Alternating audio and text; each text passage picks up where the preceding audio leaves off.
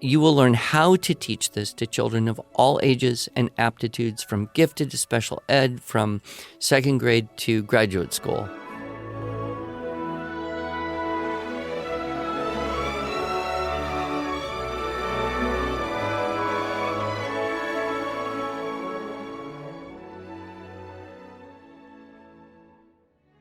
Hello, and welcome to the Arts of Language podcast with Andrew Poudois, founder of the Institute for Excellence in Writing, or as many like to say, IEW. My name is Julie Walker, and I'm honored to serve Andrew and IEW as the Chief Marketing Officer. Our goal is to equip teachers and teaching parents with methods and materials which will aid them in training their students to become confident and competent communicators and thinkers.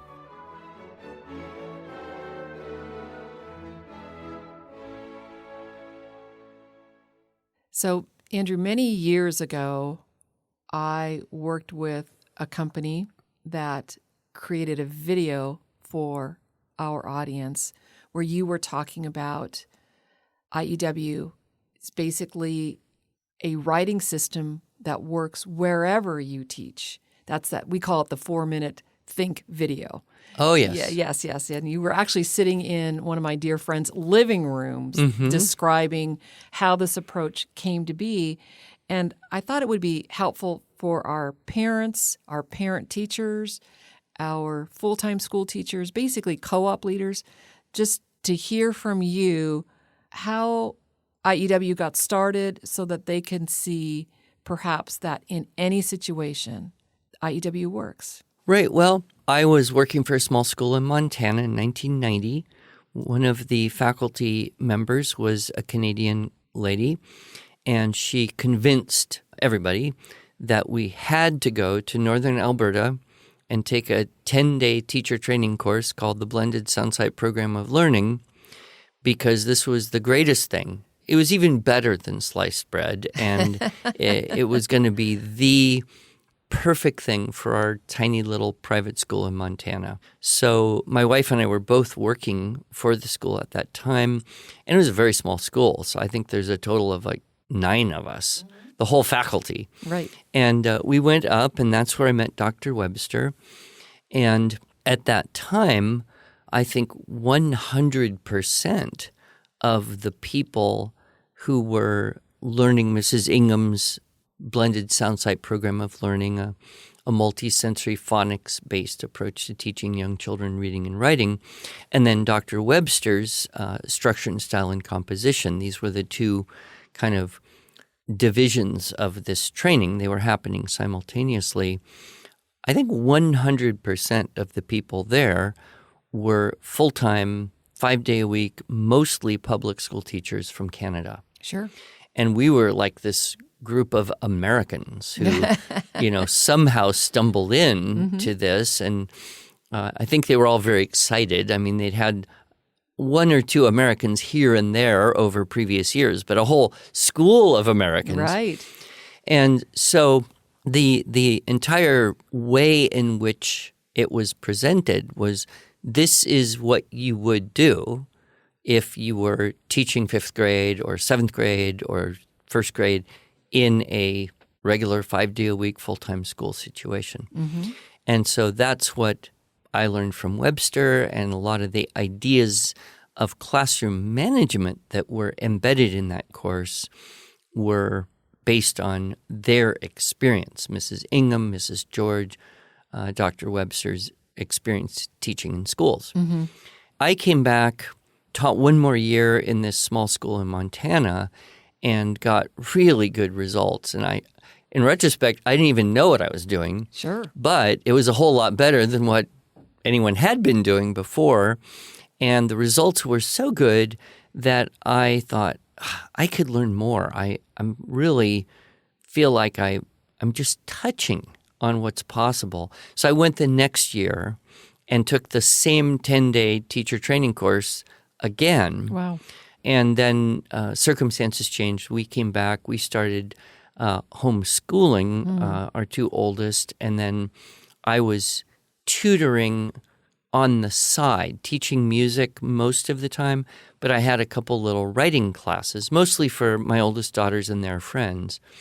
And so then I was teaching in I guess it was a 2 classes a week situation. Kind of like a next hybrid school year. almost. Kind of like but it was in my studio at my place, and they would come over for an hour and a half. And so it was just a writing class, and then I added a couple other, like a literature and a drama thing. But it was this idea of mainly I wanted to do it to keep myself active in teaching it, and I wanted my oldest daughters to do it, and having a class with some of their friends was the best way to make sure that would happen. Sure. Then, of course, a few other things happened. A few more years passed, and then in 94, I was living in a different city, but that school in Montana asked me to come and do a little workshop for their teachers who were new on that writing program that I had learned when I was working there 5 years before. And so I did, and that was the very first little teaching writing structure and style seminar. And I took Webster's, 10-day course. 18 hours plus of lectures and homework spread out over a week and a half or almost 2 weeks. And I compressed it all into one day. Oh, my word. And a 16-page handout. Okay. Rather than Webster's 350-page book. Right. And so that was the first seminar, and there were some homeschoolers who were connected somehow with that group, and they said, hey, this is the best thing we've seen. You should do this for homeschool. So that's how I kind of got into the idea of teaching writing seminars to homeschool parents, really as just a side gig. I just wanted to make an extra $1,000 a month so I could afford to be a violin teacher, But over the course of the next 5 years, it grew, and I was actually, doing more and more, and it was going well financially to a point where I thought I could stop my day job, so to speak, of teaching violin and kinder music and really make this into a business. So in that first 5 years, you encountered public school teachers using this method. You, of course, were a private school teacher. You kind of did a little hybrid/co-op type program and homeschoolers. So, wow, just at the very beginning, this method of teaching writing appealed to all those groups. And what I just wanted to add right here is, of course, I was a school teacher for a couple years. I started off in middle school and said, get me out of here. Those kids are too cool for me. Went to primary grades. But in all of my teacher training, we never had a writing methods class. But what you attended with Dr. Webster and what you ultimately developed was a writing methods class that can be used in any venue. Yes, and one of the things that we've noticed, and this isn't specific to what we do, it can happen anywhere, sure, but it clearly happens sometimes where someone will be in a certain world of education, like special ed, and they will learn the structure and style program, and then they will say, this is great for special ed. But then other people will say, oh, well, it's just a special ed thing. Or the opposite. You get, gifted and talented, and they'll say, this really works with these high aptitude kids. And then other people say, oh, well, it just works with that. Or, people say, well, that just works in the home school where you have a mom with just one kid or two kids. You need a small group. But on the other hand, it was born in the public schools in Canada, essentially, which used to have very large class sizes. I don't know if people are aware, but you go back 50, 70, 80 years, there'd be 40-some kids in a class. And that was kind of okay. It was like, okay, we have systems, we have ways to do this. This is Mrs. Ingham's thing is, you can have a way to teach so that every child is challenged individually, even though you've got 38 first graders in one room, which to a lot of teachers would sound nigh impossible. Right. Or Dr. Webster's first teaching experience, which was a one-room schoolhouse, kids aged 6 to 16, almost 50 of them in one class every day. So part of their tradition, Mrs. Ingham and Dr. Webster, was how do you organize a complex thing like learning to read or learning composition and set it up so that everyone in a large and even diverse group can be making progress at their own rate. And so it's funny, now we get the same thing. People go, oh, it's a classroom program.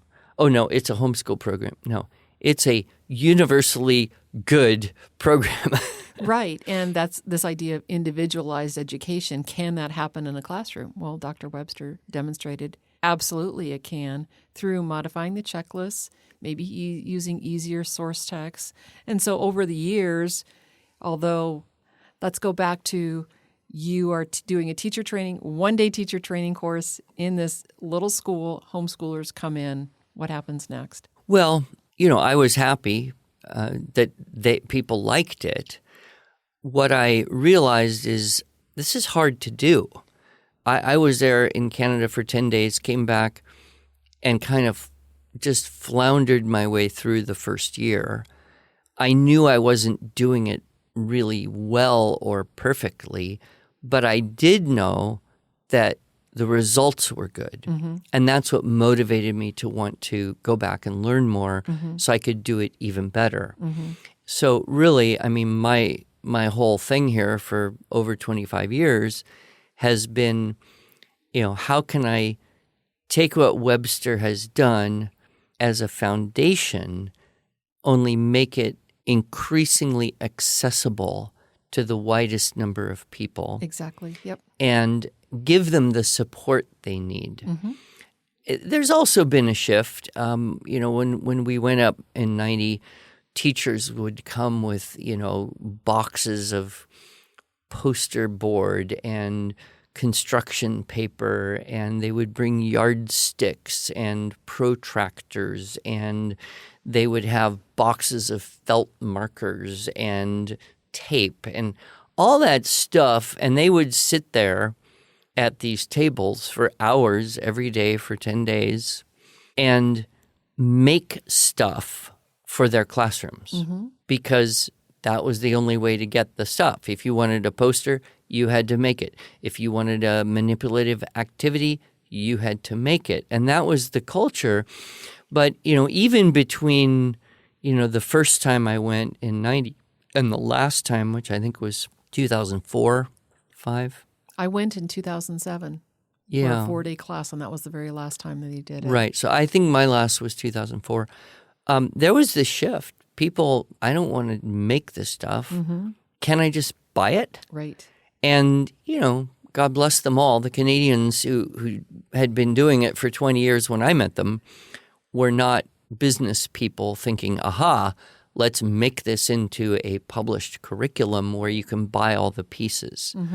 So that attitude shift. And then as we moved into the homeschool world, it was very clear that homeschool moms don't get nice 1-hour prep periods every day to do their lesson planning. And they don't necessarily have summers where they can sit around and make stuff for the next school year. Homeschool moms are pretty much 24/7, it seems. So what can we create that will help them be more successful? So the first thing I realize is they need to see a demonstration class. They need to see this in action with children of different ages. Right. So when we recorded the second version of the Teaching, Writing, Instruction Style, the little handout had gone from 16 pages to 72 pages, and I recorded also a single class just showing how to do a keyword outline from an Aesop fable and build some dress-up techniques into a checklist and rewrite that in a couple hours. And that was, I think, hugely helpful for people. It's, one side of the coin is to hear the lecture, this is how you do something.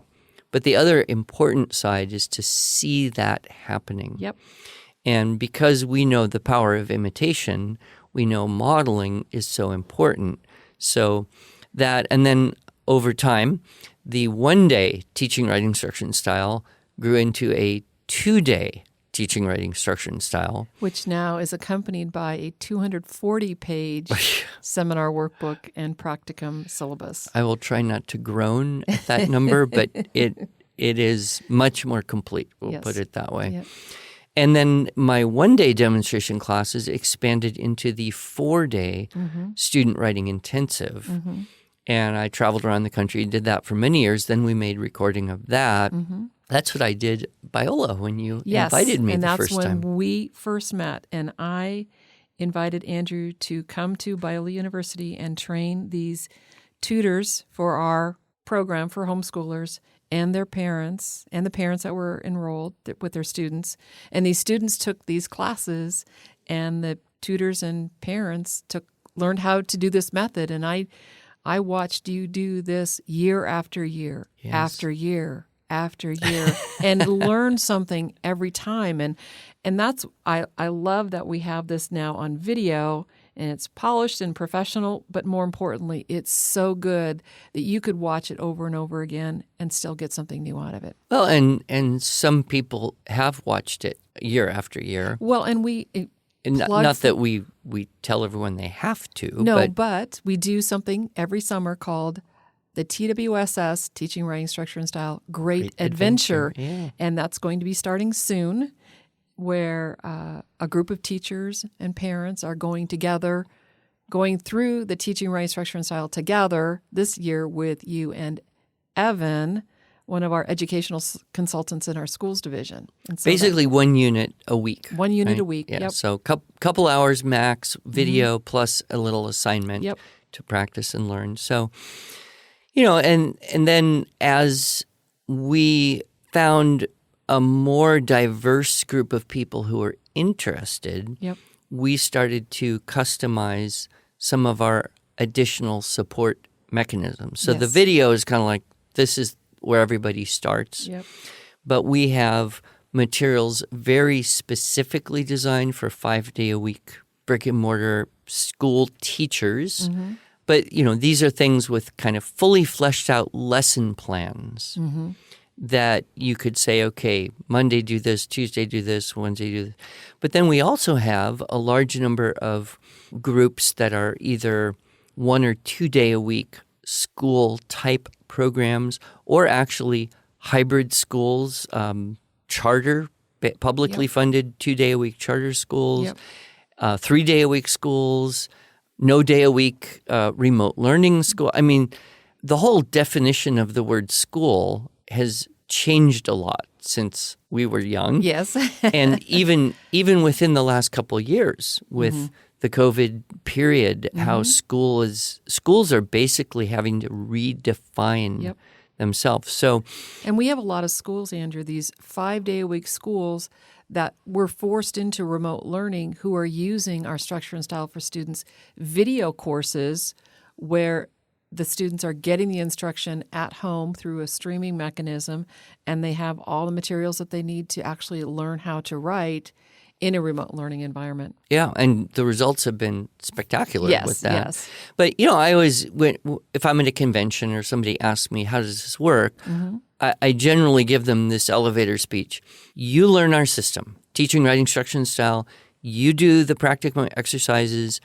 You will learn how to teach this to children of all ages and aptitudes, from gifted to special ed, from second grade to graduate school.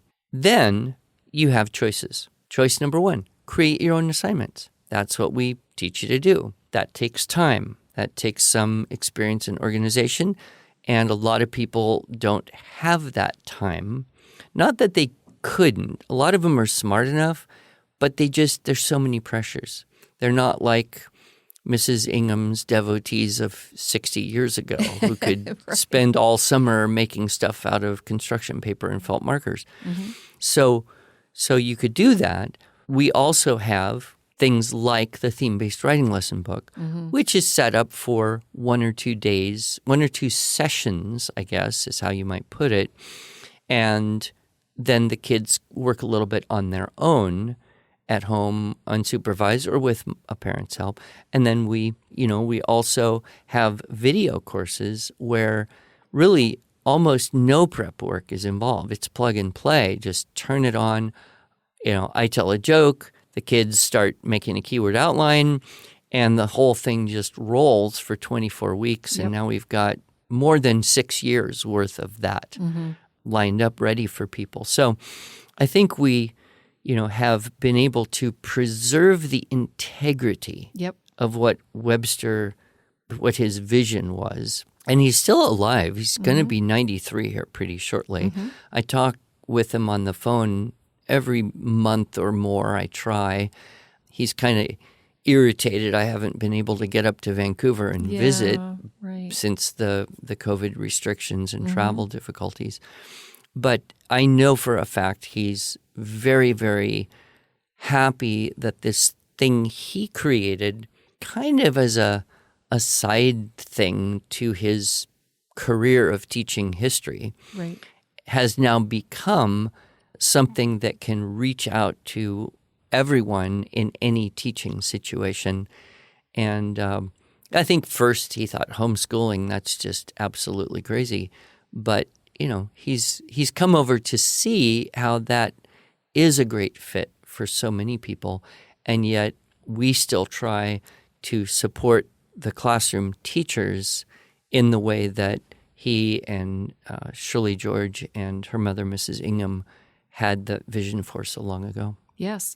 And so we actually have a schools division so that if there are full-time school teachers, we have resources in the Magalog. We talk about training, where to start, and because we recognize that schools, can tend to be a little bit more bureaucracy, that it takes some time for a school to come on board.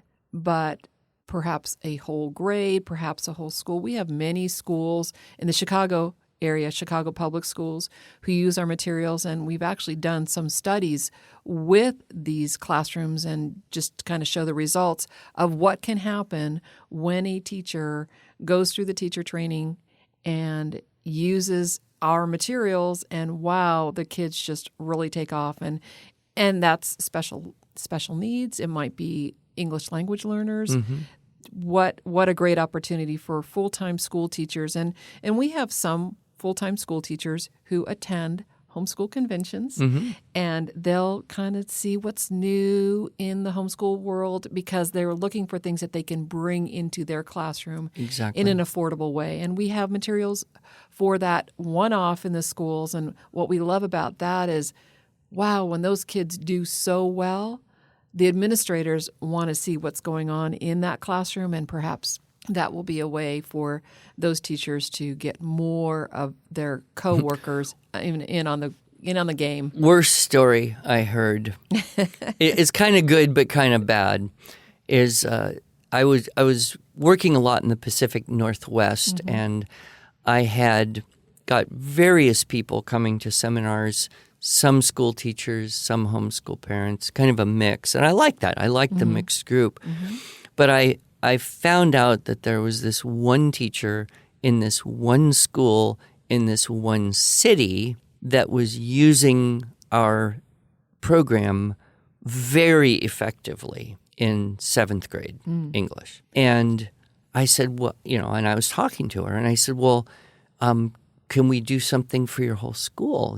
Have you told anybody about it? She goes, no, this is my secret weapon. Oh, wow.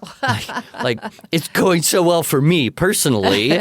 I don't want to give it away or share it or let everybody know. And I thought, well, I don't know that's the right attitude. It could have been that she just was also partly joking, and the school administration was not ready, because sometimes that has to happen. Sure. But it was also kind of good in that she it had that superpower effect, Yep. Well, and I guess we'll just wrap up by saying if you're a teacher, if you're a parent who has their kids in school, that whole spectrum, you know, homeschooling all by yourself at the dining room table, have your kids in school and are trying to look for ways to supplement, all the way up to co-ops, charter schools, hybrid schools, and full-time teachers in a big district.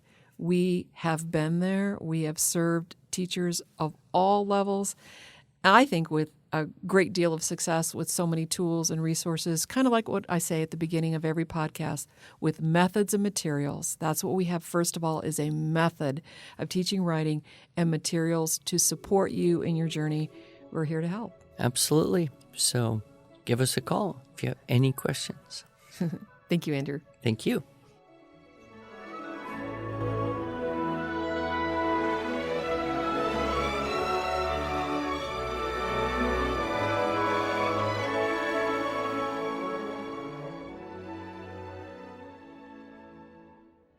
Thanks so much for joining us.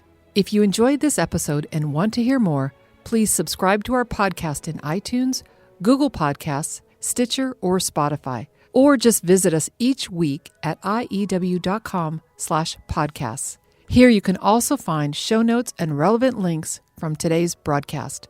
One last thing, would you mind going to iTunes to rate and review our podcast? This really helps other smart, caring listeners like you find us. Thanks so much.